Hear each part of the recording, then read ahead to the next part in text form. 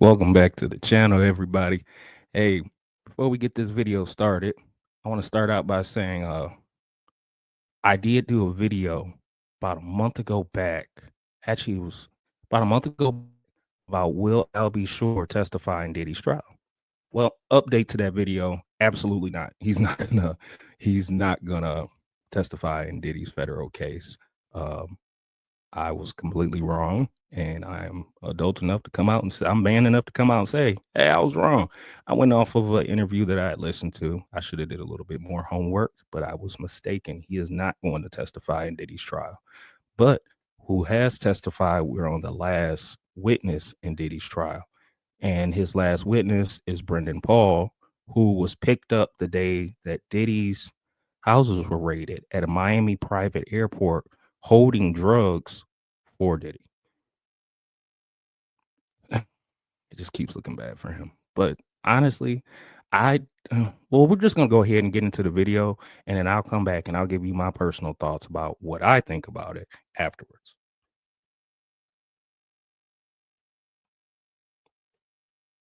National correspondent Laura Ingle is live outside the courthouse in Manhattan with the very latest. Laura. Hey, okay, so we are, in fact, rounding third, as we would like to say, is in terms of the prosecution's case. After 6 weeks and over 30 witnesses called by prosecutors, we are now, in fact, on the very last witness. And as you mentioned, didn't quite get there. It was a short court day today with court ending at 1 p.m. Eastern. So that...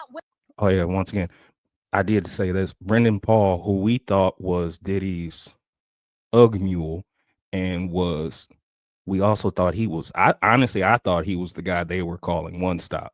Come to find out, he wasn't.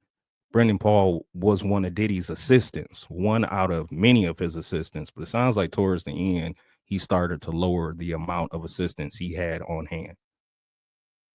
Witness, a Homeland Security Special Agent, will be back on the stand as a summary witness on Monday. We have been told that special agent will be about 2 hours maybe, and then there will be a cross-examination led by Tenny Garagos from the defense, and then we will start getting into the defense's case, which is supposed to be pretty short. But let's talk about what happened today.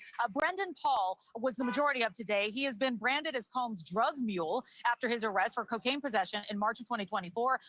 That's incorrect. He's not. He's an assistant. He was also a personal assistant to Combs, so really giving us a behind the curtain look of life behind doors. He was granted immunity to testify in this trial, so he was in the clear there. And when he shared that he worked for Combs from 2022 until his arrest in 2024, we heard a lot about drugs. In fact, he testified that as a former college basketball player, his responsibilities included prepping Combs' workout plans. He also testified to Combs' drug use. We heard about it from other witnesses, of course, throughout this long trial, but Paul was frequently the...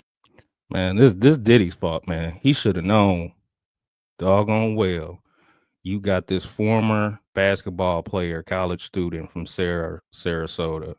Granted, he is an adult. Man, you got him out here doing your nefarious activities and illegal activities. And with all cases you were getting against you, you had to think at one point they were going to start turning some of these people. The assistant responsible for purchasing the drugs, including cocaine, ecstasy, and ketamine. And he even told jurors that he tried some of these drugs along with Combs to prove his loyalty. Paul also shared that Combs was quite temperamental, a lot of the time firing him on numerous occasions. KK, Combs' chief of staff, would tell him to lay low when that would happen, and then the boss would treat him like nothing had happened just a few days later. So really describing a... Because that boy was bipolar. I don't know if it was the drugs making him that, but he was bipolar, but he definitely needed anger management. Roller coaster ride of employment. On cross-examination, though, Paul shared that he had mostly good experiences working for Combs, and he says he never saw Jane, Combs' ex-girlfriend, seem hesitant or unwilling to participate in hotel nights. So again, with that final witness... But unless he was in the room with them, how would he know how she was just from riding in the car? Maybe he wasn't in the room with them while those hotel nights were going on. That was on the stand today. The prosecution expected to rest their case on Monday. This, of course, is a very big moment in this ongoing trial. The defense said that they expect 2 or maybe only 3 days to present their case before they rest. So we're going to be speeding things along here, Kelly. Wow, it certainly sounds like it. So, Laura, there were some issues regarding several jurors this week. What was happening along those lines? Man, that one juror, I kind of thought at first it was strictly kind of a race thing. But then come to find out it absolutely wasn't. Dude was lying, couldn't get his story straight. Man, it sounded like he just really wanted to be on the case because he wanted something to talk about. or probably more than likely he knew, like, man, I'm gonna go do some interviews and get a bag. Lines. Yeah, this is when you hope that everything is going to hold so we can all get through the end of this trial. We had problems with juror number 6. That juror was excused on Monday, replaced with an alternate. Then there was an issue with juror number 7. We're still not clear exactly what that was, but it seems like things are clearing up with that juror. This morning, the judge denied the defense's request to remove that juror. We don't know exactly, again, what they were seeking to remove him for. Man, I know that the judge denied over and over and over again. Every time that his team said, hey, we want a mistrial, judge was like, yeah, no, we ain't doing that. I think he's denied them a mistrial on 3 different occasions. For cause, but we do know that there was some information about this closed door conversation about juror 7 that was allegedly leaked. Judge not happy about that, giving a stern warning to both the prosecution and defense on that. But we continue on with this juror. And also one more thing to note as we round out week 6, that jurors were finally shown some of these hotel night videos, some freak-offs. They were made to wear headphones. You couldn't hear it in the courtroom, but people studying the jurors' faces very closely to see what, if any, reaction they might have. And we might hear more about that next week as the defense gets its turn. Kelly. Now we'll have to stay tuned. All right, Laura Ingle.